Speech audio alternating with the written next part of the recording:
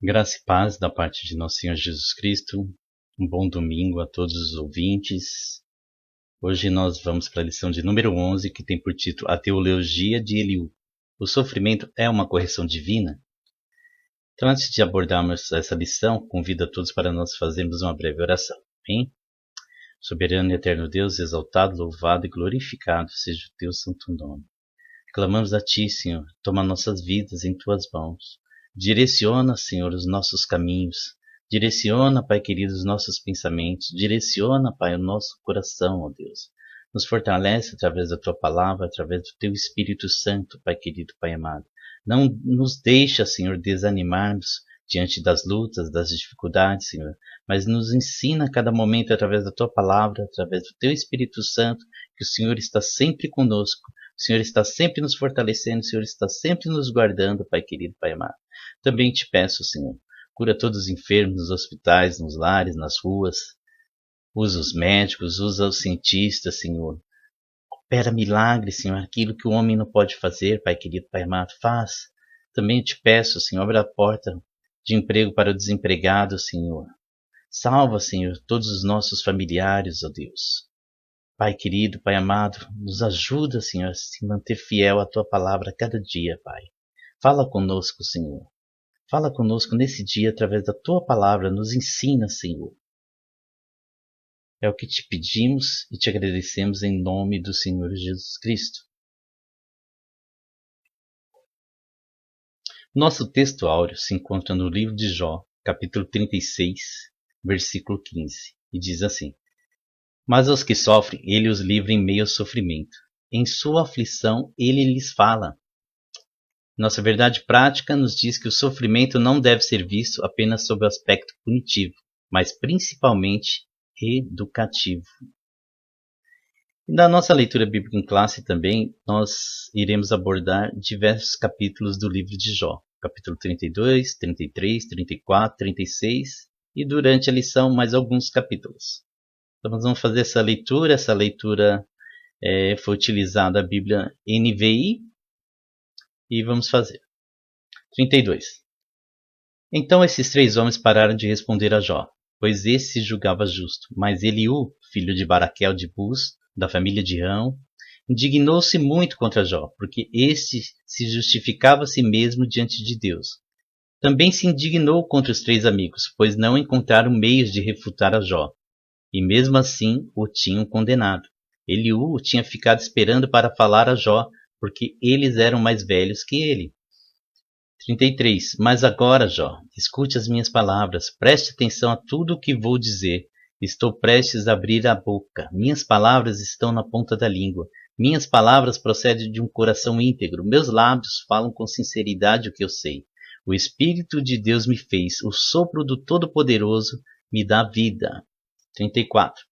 Disse então Eliú: ouçam as minhas palavras, vocês que são sábios. Escutem-me, vocês que têm conhecimento, pois o ouvido prova as palavras como a língua prova o alimento. Tratemos de discernir juntos o que é certo e de aprender o que é bom. Jó afirma: sou inocente, mas Deus me nega a justiça. Apesar de eu estar certo, sou considerado mentiroso. Apesar de estar sem culpa, sua flecha me causa ferida incurável. 36. Disse mais Eliú: peço-lhe que seja um pouco mais paciente comigo e lhe mostrarei o que se pode dizer mais verdades em defesa de Deus. Vem de longe o meu conhecimento. Atribuirei justiça ao meu Criador. Não tenha dúvida do que as minhas palavras não são falsas. Quem está com você é a perfeição no conhecimento. Deus é poderoso, mas não despreza os homens. É poderoso e firme em seu propósito. Então nós temos aí a nossa leitura bíblica em classe e faremos uma abordagem em cima de tudo que nós lemos. Nossa introdução. Então na introdução nós veremos que a teologia de Eliú é exposta em 4 grandes discursos teológicos que se encontram entre os capítulos 32 e 37 do livro de Jó.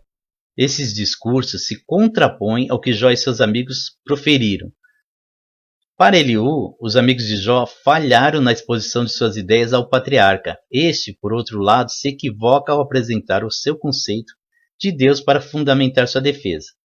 Assim mostraremos que Eliú revela um Deus soberano que age segundo o seu conselho e não está obrigado a dar respostas ao homem, além de não haver qualquer injustiça em suas ações, pois segundo o jovem amigo de Jó, o sofrimento é uma ação pedagógica de Deus para corrigir o homem.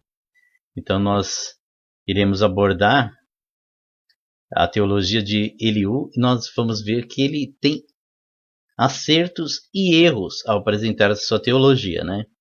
Então, muito desses acertos vai falar sobre a ação de Deus para corrigir o homem. Então, Deus ele usa de tudo que acontece na nossa vida para nos ajudar. Ele jamais terá prazer no sofrimento humano, mas tudo que Deus permite na nossa vida é para o nosso próprio bem. Muitas vezes não entendemos, mas Deus ele está no controle de tudo e jamais nos abandonará. Assim como nós já abordamos em lições anteriores sobre o cenário do que se passava com Jó, que Jó, apesar de estar sofrendo todas essas coisas, apesar do inimigo estar tramando contra a sua vida, Deus estabeleceu limites para a sua atuação e em todo momento guardou a vida de Jó. Bem, então vamos dar prosseguimento. Então nossa lição é dividida em 3 pontos. E o primeiro desses pontos é o sofrimento como uma forma de revelar Deus. Deus é soberano. Nesse primeiro discurso, Eliú destaca a queixa de Jó porque Deus não lhe respondera. Para o jovem amigo do patriarca, este não leva em conta a majestade divina que distingue o Criador de suas criaturas. Nesse sentido, Jó havia ignorado que Deus é infinitamente maior do que o homem e não precisa explicá-lo acerca de suas ações nem de seu silêncio. Então, aqui no primeiro ponto, nós vemos que Eliú, ele tenta mostrar para Jó a grandeza e a majestade de Deus que está muito além de toda a criação, de toda a criatura. E muitas vezes Deus ele fica em silêncio e nós não recebemos algum tipo de resposta, mas mesmo assim Deus está no controle. E muitas vezes não estamos nem preparados para ouvir aquela resposta, né? Mas chegará um dia que Deus ele nos revelará tudo o que aconteceu na nossa vida, por que aconteceu, e nós conseguiremos entender. E nós iremos observar que em todos os momentos a atitude de Deus ela foi amorosa para conosco. Segundo, o orgulho do homem priva-o de ouvir Deus. Então nós podemos também falar sobre o orgulho sobre 2 pontos de vista diferentes. Do ponto de vista positivo e do ponto de vista negativo. Do ponto de vista positivo, a pessoa pode falar assim, eu tenho orgulho de certa pessoa porque ela é uma pessoa dedicada, ela é uma pessoa fiel, ela é uma pessoa honesta. Isso é no sentido positivo. Agora, no sentido negativo, o orgulho é aquele tipo de sentimento que às vezes você está errado, alguma pessoa vem te corrigir, a palavra de Deus vem te corrigir e você se nega a ouvir. Você fecha o seu coração para correção, você acha que você está certo e que todos os demais estão errados. Então, esse é o tipo de orgulho que vem do ego, é aquele que você está em primeiro lugar. Então, esse é o tipo de orgulho negativo. Então, quando nós temos esse tipo de orgulho negativo, nós deixamos de ouvir a palavra de Deus. É isso que acontece. Todavia, mesmo sendo um ser transcendente, Deus não deixa de se revelar ao homem quando julgar necessário. Então, quando julgar necessário. Mas o que tem que estar em nossa mente é que Deus está sempre nos olhando. Por isso, Eliú não aceita o argumento de Jó sobre o silêncio de Deus, pois ele fala ao homem de várias maneiras, incluindo sonhos e visões. Jó 33, 14, 15. Então nós poderíamos acrescentar que Deus ele nos fala de várias maneiras, através de sonhos, visões, através da sua palavra, né? Porque temos o acesso a ela hoje bem mais fácil. E Deus ele pode falar através de uma pregação, ele pode falar através de uma pessoa. E isso vai depender se o nosso coração está receptivo para ouvir Deus falando conosco. Agora, se esse tipo de orgulho negativo estiver dentro de nós, não iremos conseguir ouvir Deus falar conosco. Então, é necessário que tiremos da nossa vida todo esse tipo de orgulho negativo e fiquemos atentos às várias maneiras que Deus usa para nos falar. De acordo com Eliú, o problema não é o silêncio do Altíssimo, mas o orgulho humano que não lhe permite escutá-lo. O jovem acredita que mesmo o patriarca, considerando-se moralmente puro, padece do pecado de orgulho. Na visão de Eliú, a revelação de Deus tem o propósito de livrar o homem da soberba que o conduziria à morte. Jó 33, 17 e 18. Vamos ler. Para prevenir o homem das suas más ações e livrá-lo do orgulho, para preservar da cova a sua alma e a sua vida da espada. Então nós vemos aqui na palavra de Deus, que Deus ele age para que o homem seja salvo, para que o homem seja poupado. Então Deus ele usa de vários recursos para que isso aconteça, e um deles é a permissão do sofrimento, mas focando sempre no final, focando sempre naquilo que o homem pode levar para a eternidade, que é a salvação. Então, em todos esses momentos, Deus está nos ajudando, Deus está nos corrigindo, Deus está nos moldando para que não soframos na eternidade. Terceiro, o ministério da redenção. Além de sonhos e visões, Eliú também destaca que Deus usa a enfermidade como um dos canais de comunicação entre Deus e o homem. Por causa dela, ele pode enviar um anjo para anunciar a Jó o seu dever, dizer o que ele deve fazer e também interceder em favor da saúde do patriarca. Dessa forma, esse mensageiro anuncia o que é justo e bom, a fim de recuperar o estado de justiça que Jó desfrutava antes da enfermidade. As funções que são atribuídas a esse mensageiro mediador fazem com que os intérpretes bíblicos vejam nesse ser celeste uma referência ao anjo do Senhor, uma teofania do Senhor Jesus Cristo, ou seja, uma aparição do Senhor Jesus Cristo na época do Antigo Testamento, Deus se revelando em diversas ocasiões na pessoa de Jesus Cristo, e que no Novo Testamento tudo ficaria mais claro, né? O Salvador se apresentaria em forma humana, como um ser humano, e nos ensinando o caminho que devemos seguir. Não há dúvidas de que esse mediador é a mesma testemunha celestial que Jó pedia que defendesse a sua causa. Aqui em Jó 16:19 nos diz assim: saibam que agora mesmo a minha testemunha está nos céus, nas alturas está o meu advogado. Nossa, é uma palavra maravilhosa, né?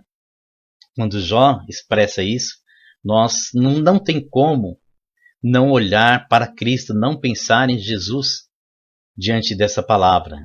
A nossa testemunha está nos céus, o nosso advogado está lá. Então nós sabemos que o nosso advogado é o Senhor Jesus Cristo. Então nós vemos aqui a anunciação do Evangelho, a anunciação da vinda do Messias, como o nosso advogado, como a nossa testemunha. É um ministério da redenção através dessas palavras. Deus anunciando em todo o tempo, desde o princípio. Então nós olhamos aqui o cuidado de Deus, o que Deus preparou desde o início.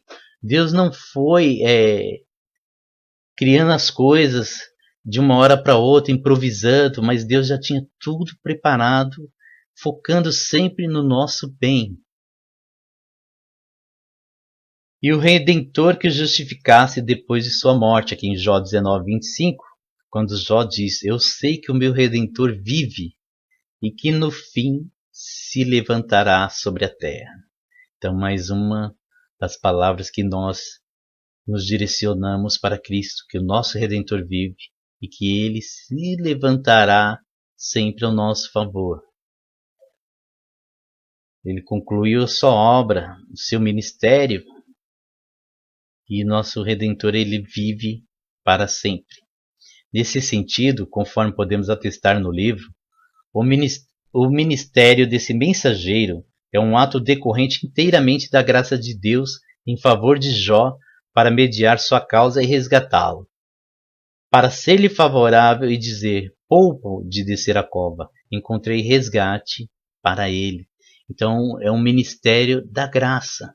Nós vemos que esse Redentor ele não exige nada da parte de Jó como moeda de troca. Jó não tem que fazer alguma coisa para merecer a salvação, mas vemos aqui a graça de Deus atuando, já na época do Antigo Testamento, na época da lei, a graça de Deus atuando, o Redentor, o advogado, aquele que sai em nossa defesa atuando, aquele que vive para todo o sempre.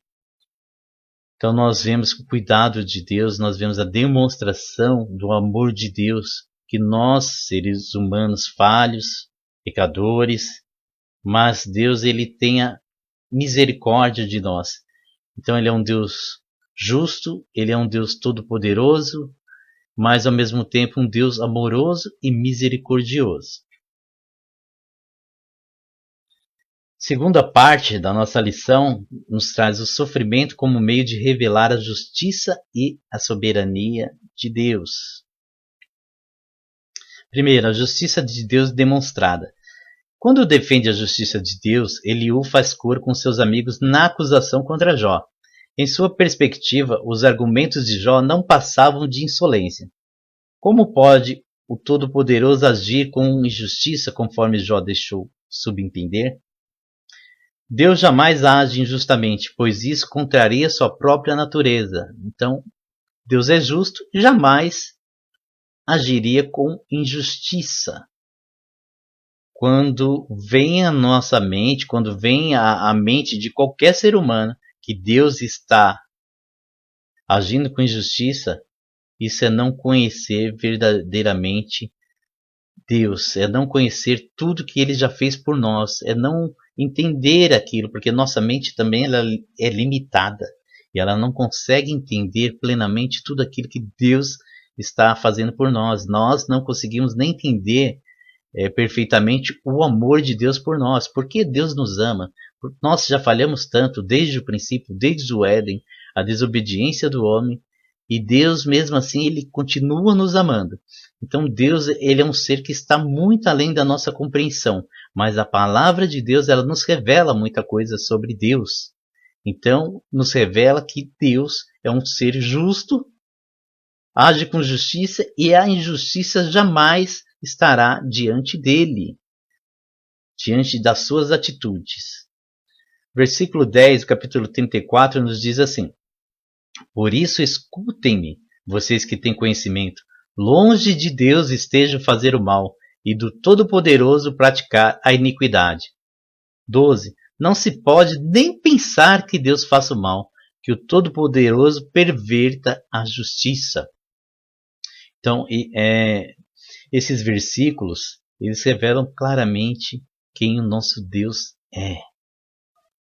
Longe de Deus fazer o mal, longe de Deus perverter a justiça. Então a justiça de Deus ela é demonstrada em todos os aspectos, em toda a história humana, mas jamais encontraremos injustiça naquilo que Deus faz. Nós vemos que Deus ele é todo poderoso, tem o controle nas suas mãos, criou todas as coisas e mesmo assim ele age com amor e age com justiça. Segundo, o caráter justo de Deus. Para não haver dúvida, Eliú passa a descrever o caráter justo de Deus. Ele age com justiça quando retribui ao homem o que ele merece. Aqui em Jó 34:11 deixa claro que ele retribui ao homem conforme o que este fez e lhe dá o que a sua conduta merece. Nós vemos que muitas vezes sofremos por causa da escolha que nós fazemos. E isso nós podemos colocar na nossa própria conta, né? Muitas das consequências fomos nós que procuramos. E se observarmos com clareza, Deus ele está sempre dando oportunidade para nos reerguermos e voltarmos ao seu caminho. E se Deus ele fosse agir da maneira como muitos de nós agiríamos, nós não teríamos outra oportunidade. Nós estaríamos eliminados ali mesmo em momentos de rebeldia. Então Deus ele retribui ao homem conforme o que fez, mas não executa o seu juízo instantaneamente. Ele sempre nos dá oportunidades. Agora chega o tempo também que quando o homem não dá ouvidos a Deus, o homem, numa linguagem bem simples, o homem ele procura cavar a sua própria sepultura. Não é assim que acontece? Então não podemos atribuir injustiça a Deus diante dessas coisas. Deus ele não precisa prestar conta de seus atos a ninguém, visto que não recebeu autoridade de nenhum outro ser criado. Jó 34:13, quem o nomeou para governar a terra? Quem o encarregou de cuidar do mundo inteiro? Então vemos que Deus é todo poderoso. Deus é eterno, já estava lá desde tudo. Deus ele não tem princípio, ele não tem fim. Ele é eterno. Então ninguém atribuiu a Deus nenhum cargo de governo, de autoridade, porque Deus é em si tudo isso daí. Deus ele é todo poderoso. Como provedor da vida humana, ele tem todo o poder de manter ou não a humanidade. Jó 34:14-15. Então Deus ele mantém todo o poder. Se Deus quisesse acabar com todo o mal, instantaneamente no mundo Deus acabaria. Mas o que aconteceria com aquele que amanhã se arrependeria e se voltaria para Deus? Então nós vemos que a permissão até mesmo do mal durar, do mal agir, tem os seus propósitos. Para que, através da sua palavra, Deus possa alcançar muitas pessoas. Através do seu Filho, Deus possa salvar muitas pessoas. Então, tudo nos caminhos que Deus nos oferece tem os seus propósitos. Então, diante das dificuldades, né, quando eu falo em caminhos, sobre as dificuldades, sobre o que passamos, sobre as provações, porque para a salvação, para o céu, só tem um caminho, que é o nosso Senhor Jesus Cristo. Que o 4. O Todo-Poderoso não faz acepções de pessoas, quer sejam reis, nobres ou pobres. Então Deus ele não faz acepção de pessoas. Deus não vai tratar melhor o rico, o melhor o pobre, melhor o nobre. Deus ele vai tratar todos igualmente. Deus é onisciente e como tal conhece os passos e as intenções de todos os homens sem precisar inquiri-los em juízo. Jó 34, versículo 21-25. 6. Ele é justo para punir os maus. Jó 34, 25-30. Vamos ler. Visto que ele repara nos atos que eles praticam, derruba-os, e eles são esmagados. Pela impiedade deles, ele os castiga onde todos podem vê-los. Isso porque deixaram de segui-lo e não deram atenção aos caminhos por ele traçados. Fizeram chegar a ele o grito do pobre, e ele ouviu o clamor do necessitado. Mas, se ele permanecer calado, quem poderá condená-lo? Se esconder o rosto, quem poderá vê-lo? No entanto, ele domina igualmente sobre homens e nações, para evitar que o ímpio governe e prepare armadilhas para o povo. Então nós vemos o caráter justo de Deus, aqui nesses versículos, que tudo está no controle de Deus. Sempre é isso, tudo está no controle de Deus. Nós olhamos as coisas que acontecem no mundo, vemos muita corrupção no meio da política, Entre os governantes, nós vemos muitas coisas horríveis acontecendo no nosso dia a dia, mas mesmo assim nada fugiu do controle de Deus. Tudo tem a sua permissão, tudo tem os seus propósitos. Muitas vezes é difícil, como já falei, de nós entendermos hoje, mas tudo tem os seus propósitos. E o propósito de Deus nunca é de causar sofrimento sem nenhum motivo para o ser humano, apenas por prazer. Isso não é o nosso Deus. Deus, ele sempre tem um propósito para tudo. E para o sofrimento também. Ele sempre tem um propósito educativo, de poder fazer com que o homem se volte para ele e que o homem se salve. Assim como os pais, às vezes, dão um castigo para o filho para que eles possam refletir e não mais cometer aquilo e possa se voltar para o que é certo. Assim, o pai sempre faz isso pensando no melhor do filho, né? Então, os castigos, às vezes, os pais fazem alguma coisa, mas sempre visando a restauração do filho, sempre visando que eles não se percam pelo caminho.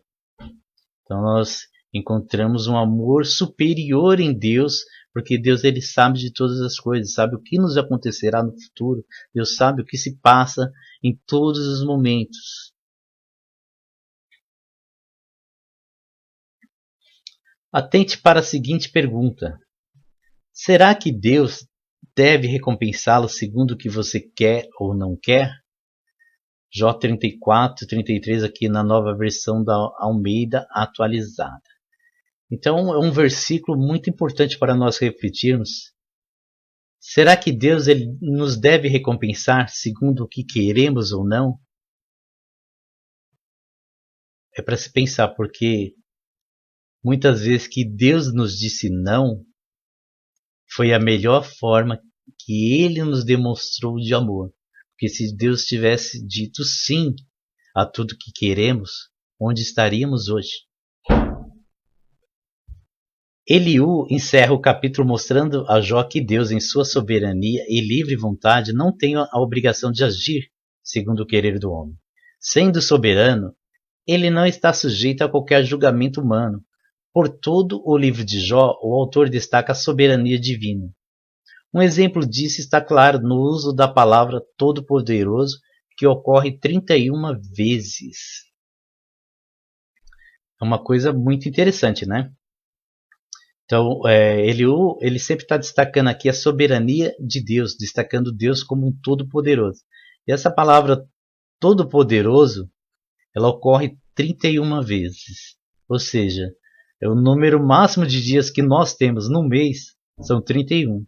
Então, sempre Deus, ele vai ser todo-poderoso em todos os momentos, em todos os dias, e isso jamais mudará. Então, jamais alguma coisa sairá do controle de Deus, e isso tem que servir de consolo para nós diante das dificuldades. Para Eliú, portanto, por ser soberano, Deus jamais age com injustiça, como Jó dera a entender. Todavia, é preciso destacar duas coisas sobre a fala de Eliú.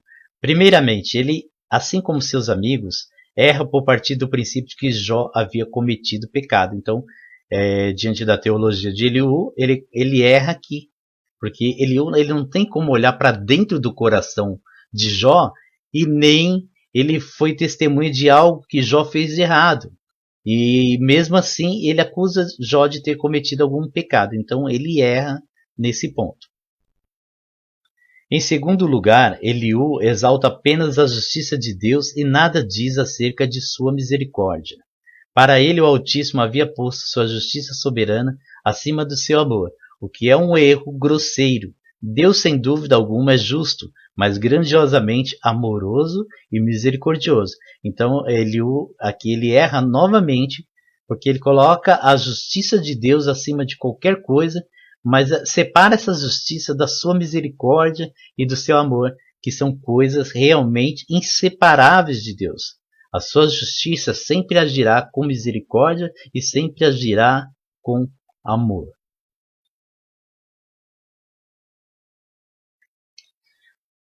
A nossa terceira E última parte da lição, então ela vai falar do sofrimento como um instrumento pedagógico de Deus. Um sofrimento como uma ferramenta para nos ensinar algo.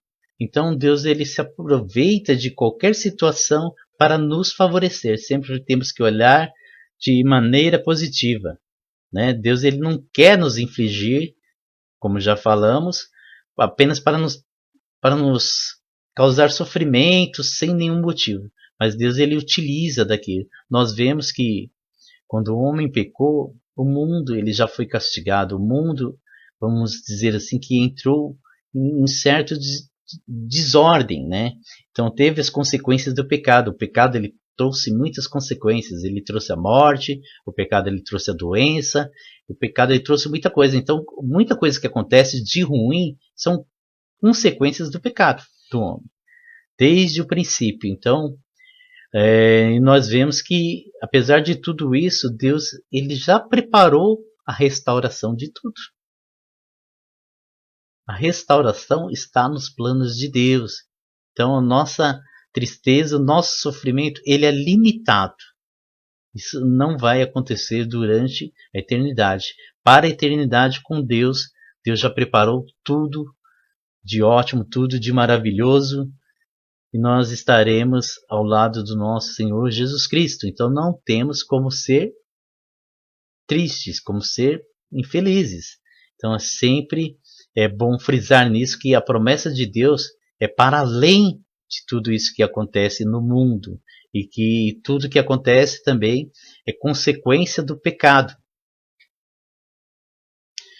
Primeiro ponto, o caráter pedagógico do sofrimento. Há uma diferença entre o pensamento teológico de Eliú e de seus amigos. Elifaz, Bildad e Zofar acreditavam que o sofrimento de Jó era por causa de um pecado cometido por ele e sua recusa em reconhecê-lo. Eliú também crê dessa forma, mas vai além. Embora compreenda que, durante sua aprovação, Jó se comportou de forma pecaminosa, Eliú introduz a ideia de que o sofrimento tem um caráter pedagógico. Jó 36,15, que diz assim: Mas aos que sofrem, ele os livra em meio ao sofrimento. Em sua aflição, ele lhes fala. Então Deus aqui, ele livra o homem em meio ao sofrimento, e na aflição, ele nos fala. Então nós temos que procurar ouvir Deus diante da aflição. O que Deus está nos falando? O que Deus quer que eu faça? Deus, ele quer que nós olhemos para ele, que encontremos a esperança nele, que encontremos a direção nele. Então nós temos que observar muito bem isso, porque às vezes no momento do sofrimento, no momento da dificuldade, nós queremos sair correndo por aí sem direção, querendo resolver as coisas da nossa própria maneira, e geralmente isso não acaba bem. Como pode acabar bem se o direcionamento não vem daquele que é todo-poderoso, daquele que conhece o nosso futuro, que conhece a nossa limitação? Então Deus ele quer que o escutemos das diversas maneiras que ele nos fala.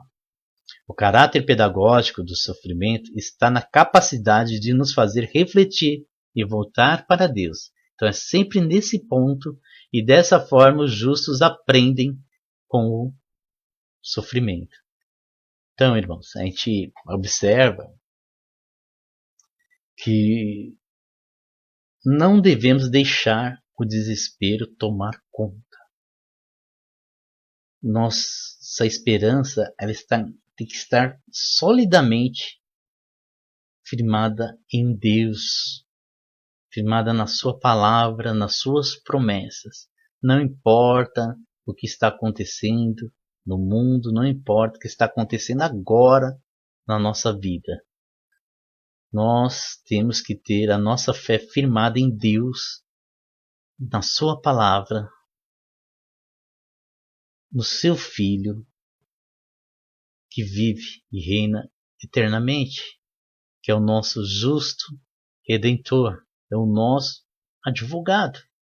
Então, devemos sempre se voltar, devemos sempre pedir a Deus que aumente a nossa confiança, que aumente a nossa fé na sua palavra, que aumente a nossa fé a cada dia mais em tudo aquilo que Ele nos deixou, na sua palavra, em todas as características que podemos observar de Deus cuidando das pessoas ao longo do tempo, cuidando do seu povo ao longo do tempo. Nós temos que olhar para todas essas coisas aí, como Deus cuidou do povo no deserto, como Deus os livrou da escravidão.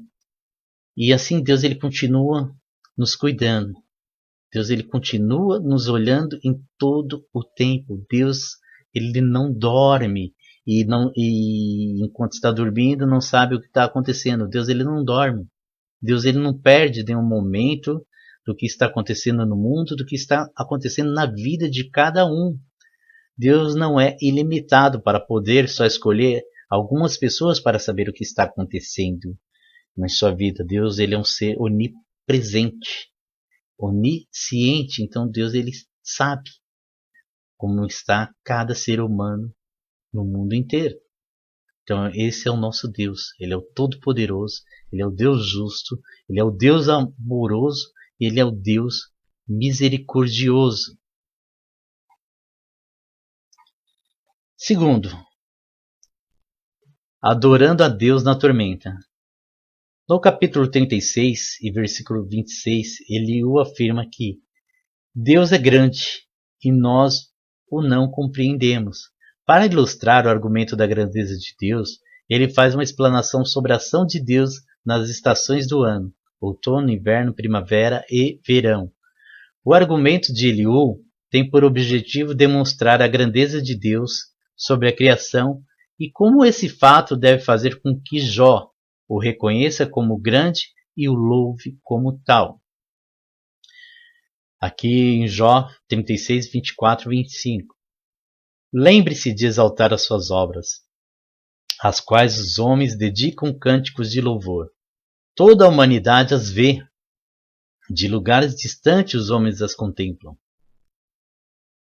A fala de Eliú põe em destaque o argumento contraditório de Jó, que por um lado magnificava a majestade de Deus, mas por outro murmurava contra ele. Nesse aspecto, Eliú acerta em mostrar que a adoração e a murmuração não podem coexistir. São as atitudes excludentes. Então nós temos que observar que Deus ele sempre está presente e assim Deus ele espera que nós possamos olhar as coisas da maneira como Ele já nos tem nos falado. Então Deus ele quer que aprendamos. Às vezes nós passamos sempre pela mesma coisa, sempre pelo mesmo tipo de problema e nós não aprendemos. E Deus ele quer nos ensinar algo e nós não nos atentamos a isso. E às vezes sempre falhamos, por quê? Porque não demos ouvido ao que Deus queria nos ensinar. E o importante é que nos momentos de dificuldade nós temos que olhar para a grandeza de Deus, nós temos que louvar a Deus. Assim como Jó, ele no começo, ele fala, né? Deus deu, Deus tirou, louvado seja o Senhor. Então, nós temos que ser assim, porque nós temos que olhar para todas as vitórias que Deus já nos concedeu, para tudo aquilo que Deus já nos fez. E a coisa mais importante que Deus nos ofertou, a sua graça, a sua salvação através da morte e ressurreição de seu Filho. Então nós temos que olhar para todas essas coisas que são muito maiores do que qualquer sofrimento. Então temos que glorificar a Deus em todos os momentos, não apenas nos momentos alegres, mas nos momentos de dificuldade também temos que contemplar e olhar para a grandeza de Deus e saber que Ele está cuidando de nós, que poderia ser muito pior para nós, mas Deus ele não deixa chegar ao ponto que nós não possamos suportar. Deus ele não deixa isso acontecer. Deus em todo momento, por mais difícil que seja a batalha, Deus está lá cuidando de nós. Então o que Eliú nos deixa claro aqui é que você não pode adorar a Deus e ficar murmurando ao mesmo tempo. Essas coisas não combinam. Você está louvando a Deus, daqui a 5 minutos você está murmurando por alguma coisa, isso não pode andar junto. Ou na verdade você é um murmurador ou você é um adorador. Sei que momentos difíceis surgem na nossa vida e nós ficamos frágeis, sim. Mas a palavra de Deus ela vem para corrigir essa nossa fraqueza, ela vem para nos ajudar a enxergar que nesses momentos Deus está conosco. Então, quando nós conseguimos enxergar dessa maneira, a murmuração ela vai embora. Então, ela não tem lugar. No capítulo 37 aqui de Jó, do versículo 6 ao 13, ilustra de forma poética o pensamento do orador. É uma metáfora da situação do patriarca que, no meio da tormenta, em todo o seu impacto e estrondo, pôde contemplar o caráter pedagógico do amor de Deus. Versículo 6. Ele diz à neve, caia sobre a terra, e a chuva, seja um forte aguaceiro. Ele paralisa o trabalho de cada homem, a fim de que todos os que ele criou conheçam a sua obra. Os animais vão para os seus esconderijos e ficam nas suas tocas. A tempestade sai da sua câmara, e dos ventos vem o frio. O sopro de Deus produz gelo, e as vastas águas se congelam. Também carrega de umidade as nuvens, e entre elas espalha os seus relâmpagos. Ele as faz girar, circulando sobre a superfície de toda a terra, para fazerem tudo o que ele lhes ordenar. Ele traz as nuvens, ora para castigar os homens, ora para regar a sua terra e mostrar o seu amor. Então nós encontramos aqui no capítulo 37 de Jó, nesses versículos que lemos, uma forma poética aqui. Nós sabemos que o livro de Jó é escrito de uma maneira poética também, né? E nós encontramos aqui Deus agindo no mundo. E no versículo 13 ele deixa uma coisa bem clara. Que ele traz nuvens, ora para castigar os homens, mas sempre no sentido de trazer o melhor, de trazer os benefícios, para que o homem possa voltar aos seus caminhos, e ora para regar a sua terra e mostrar o seu amor. Então nós vemos que Deus, a sua justiça jamais é separada de sua misericórdia. Ele castiga os homens, mas espera que os homens se voltem para o seu caminho e sejam salvos. Agora é uma decisão de cada um. Se o homem não quiser aceitar isso, então infelizmente, ele sofre consequências não por causa de Deus, mas por causa que ele rejeitou isso. Mas em todo tempo o amor de Deus está demonstrado aí. Então, a conclusão. Vimos nessa lição 3 aspectos da teologia de Eliú. Primeiramente, o jovem amigo defende o direito de Deus ficar em silêncio mesmo quando achamos que ele deve falar. Então temos que observar que Deus, mesmo no silêncio, ele nos fala. Então o silêncio de Deus ele é importante também para a nossa vida. Então muitas vezes Deus ele quer que nós esperemos até ele nos falar. Se você está sentado e quer se levantar para resolver algo sem Deus te falar como você deve agir, continue sentado. Se você está deitado e você quer sair rapidamente, desgovernado por aí para fazer algo, sem Deus te dar a resposta que você está esperando, descanse mais um pouco. Onde você estiver, espere. O silêncio de Deus é para você esperar, o silêncio de Deus é para você aprender algo. Procure contemplar a Deus, procure contemplar o silêncio de Deus.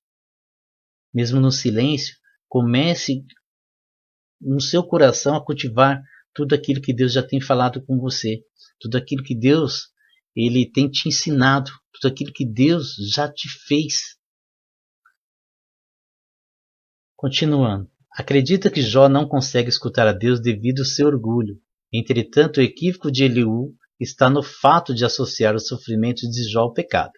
Então nós vemos aqui outro ponto de Eliú, que ele acredita que Jó não consegue ouvir a Deus por causa do seu orgulho, e assim acontece com muitos de nós. Às vezes, por causa do orgulho, nos impede de ouvir a Deus. E assim como Jó, muitas vezes o nosso sofrimento não vem de consequência de algum pecado específico que nós cometemos, mas sim que o mundo ele jaz realmente no maligno e que não tem como, às vezes, a gente viver num mundo ilusório aqui onde o mal ainda predomina, né? Que não nos irá acontecer nada, nunca ficaremos enfermos, nunca nos vai acontecer nada de mal. O mundo ele está doente por causa do pecado, né? Então muitas vezes também o sofrimento de uma pessoa não é ligado diretamente ao pecado. Tem sofrimentos que são ligados direto ao pecado? Tem, mas muitas vezes não. E ele errou aqui ao atribuir a Jó o pecado ao seu sofrimento. Segundo, ele destaca que Deus tem todo o direito de ser soberano e, como tal, agir com justiça. Todavia, ele se equivoca em colocar essa soberania acima de seu amor, pois, primeiramente, Deus é amor. E, finalmente, ele vê no sofrimento um papel pedagógico. Então, nós vemos aqui o importante destaque da soberania de Deus, mas que não pode ser desprovida do seu amor e da sua misericórdia. E outra coisa boa que ele nos deixa é que ele consegue nos transmitir um papel pedagógico no sofrimento. Então, vamos ficar com tudo aquilo que a palavra de Deus ela nos ensina, porque isso nos fará pessoas mais fortes. E tudo que você aprendeu nessa lição através da palavra de Deus, você leve para a sua vida, para você se fortalecer, você leve para a sua vida, para que você possa também ajudar alguém que está passando por uma situação difícil, que às vezes não encontra esperança diante do sofrimento, então você pode abençoar essa pessoa através da palavra de Deus. É o melhor presente que você pode dá-la, é a palavra de Deus e orar por ela. Hein? E quero deixar aqui por último para todos vocês, 2 Coríntios, capítulo 4, versículo 16 e 17, que nos diz assim: por isso não desanimamos, embora exteriormente estejamos a desgastar-nos, interiormente estamos sendo renovados dia após dia, pois os nossos sofrimentos leves e momentâneos estão produzindo para nós uma glória eterna que pesa mais do que todos eles. Então, os que passamos hoje, o sofrimento hoje, não se compara para o que está nos reservado na glória eterna que o nosso Senhor nos preparou. Então, irmãos, sempre lembre dessa palavra de consolo, que um dia a dor, o sofrimento serão cessados. E quem está em Cristo Jesus tem direito a todas essas promessas, pois Ele mesmo nos prometeu. Amém? Convido a vocês para nós fazermos mais uma oração e agradecermos a Deus por essa palavra. Que Deus abençoe cada um de vocês. Amém? Pai querido, Pai amado, mais uma vez, Senhor, queremos te agradecer por essa palavra, Senhor, por tudo aquilo que tem nos ensinado, Pai querido, Pai amado, te pedindo, Senhor, coloca, Senhor, firmemente, Senhor, isso em nosso coração, Pai querido, em nossa mente, dia após dia, que possamos, Pai querido, Pai amado, buscar mais em Ti, Senhor, a esperança, a direção, o conselho, ó Pai querido, Pai amado. Tira, Senhor, tudo aquilo que nos impede, Senhor, de Te ouvir, Pai, a cada dia, Senhor, nos momentos de dificuldade, em todos os momentos. Pai querido, Pai amado, coloca, Senhor, o nosso coração ao Teu serviço, Pai querido, Pai amado, nos ajuda, nos fortalece, Pai, abençoa, Senhor, cada um dos Teus servos, das Tuas servas, Pai querido, Pai amado, fortalece, Pai, cada dia, Deus, abençoa a sua vida, Senhor, traz paz, traz esperança, Senhor, fortalece, renova cada dia, Pai querido, Pai amado, os guarda, Senhor, dá-nos uma semana abençoada, Pai querido, Pai amado, salva, Senhor, todos os seus familiares, Pai querido, Pai amado, Senhor, prepara, Senhor, tudo aquilo que eles estão precisando, Pai querido, Pai amado, ó Senhor, consola, Senhor, renova o seu coração, traz a paz, traz a alegria para a sua vida a cada dia, Senhor. É o que te pedimos, Pai querido, Pai amado. Te agradeço por mais essa oportunidade, em nome do Senhor Jesus Cristo. Amém, ouvintes, graça e paz da parte do nosso Senhor Jesus Cristo. Fiquem com Deus, um bom término de domingo, que Deus abençoe vocês a cada dia. Desejo a vocês boas festas, que Deus supra todas as suas necessidades e que tenham momentos de felicidade olhando para tudo aquilo que Deus tem feito por vocês. Amém? Fiquem todos na paz de nosso Senhor Jesus Cristo.